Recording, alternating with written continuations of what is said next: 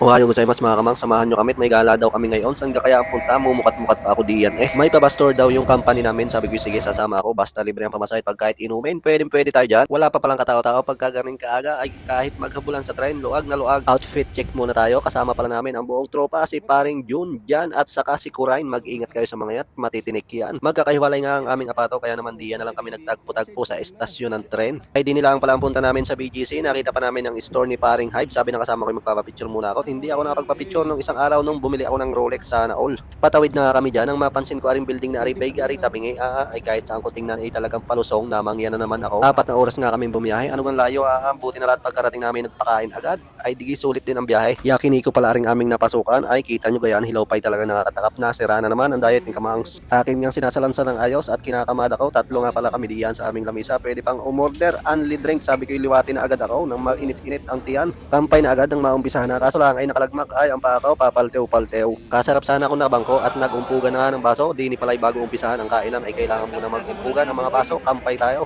Sige, umpisahan na natin ang pag-iihaw. Kanya-kanyang bangay, kanya-kanyang dampot. Ay talaga napakasarap ng karning aray. Templadong-templado, tamang-tama ang kapal ng taba at laman. Ano gang bilis din maluto. Kagaling ng nagayat na rin, parang papilaang manifest, pantay-pantay pa. Itadakimasu, kain tayo mga kamangs. Talagang aking babanatan at sabi ko ako'y talagang naglalaway na kanina pa diyan. Unang subo ko'y talagang banayad ang lasa. Makakabalik ulit kung aray malapit. Pwedeng araw-arawin. Ay kita nyo gayan, tambak ang karne sa aking platito. Talagang hindi magkaintindihan habang nag-iihaw ng hindi maubusan. Bibihira ang mga pagkakataong garne, lalo't libre pa ay dilulubos-lubusin na. Sabi ko sa kasama ko Dinet, ako naman ang dadali. Kahinan yun mag-ihaw malilipasan tayo ng gutom niyan. Sa totoo lang ay mahirap talaga magtrabaho dito sa Japan. Araw-araw mong hagod ang iyong likod pero pag paminsan-minsan ay may pagarnay talagang tanggal ang pagod. Kahit magbuhat ng gulong at magtulak ng truck na ulit bukas, lasa ko'y may lakas na ulit. Gayaan nga ang aming iniinom, super dry asahi. Sikat na sikat nga yung beer na yan din. May pa-dessert pa na strawberry. Ano bang sarap? Tinanong ko ang aking kasama sa likod. Ano ga kaya pa ka? Lasa ko'y hihimlay na maya-maya. Ay ano ga higpit ninyo? Dadalawa pala kayo diyan sa inyong lamisa. Hindi kayo nangangalabit kaya pala kayo ayos ang himlay diyan. Tapos na ang kainan pero hindi pa tapos ang inuman. Tuloy ang umpugan ng baso. Bottoms up daw sabi ni Boss Kento. Shout out sa'yo. Shout out din sa bebe mo. Ay talagang iinat-inat. Hindi naman nakakalasing. Talagang busog na busog laang sa dami ko nakain. Bago beer pa ang iniinom ay talagang punong-puno ang tiyan. Diyan nga kami nagpunta sa malaking Jinja na yan. Sobrang lawak niyan sa loob. Marami ang mga temple. Diyan nga sila nagpipray, nagwi-wish, mga ganun-ganon.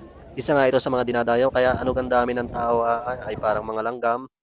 Kaya ako'y magpipicture na lang dito sa harapan at maya-maya ako papasok. Ano gang pagkakalamig din, pagkakalakas ng hangin. Bago nga pumasok is maghuhugas daw muna ng kamay. Hindi ko nga alam kung anong ibig sabihin yan. Gumaya na lang din ako sa kanila. Ay talagang mangyan na mangyan ako din eh. May nadaanan pa nga kaming malawak na ilog. Lalapitan ko nga at parang masarap ang magtampisaw. Paglapit ko nga is ang daming kumikinang-kinang. Naghahagis pala dito sila ng mga bariya.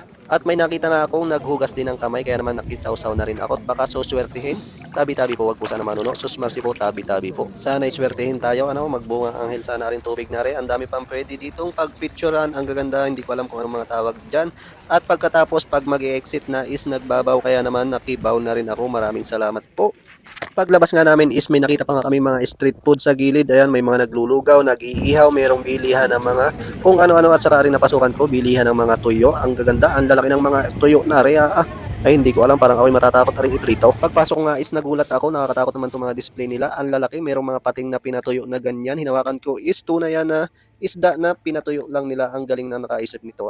Ay talagang agaw pansin. Namang yan na naman si Kamangs. At nadaanan ko pa nga espada ni Zoro. Dito lang pala nagtatago. Maraming ang bilihan ng mga accessories diyan. Kaya naman bumili ako ng isa pang kapit sa rep para naman pag uwi ko ng Pinas masabi kong abay galing ako diyan. Mga souvenir na garne. Ano gang gaganda. Hanggang din nila ang huli ang aking video. Back to reality. Sabi nga paminsan-minsan ay mag-enjoy din. Huwag puro trabaho. Maraming salamat ho.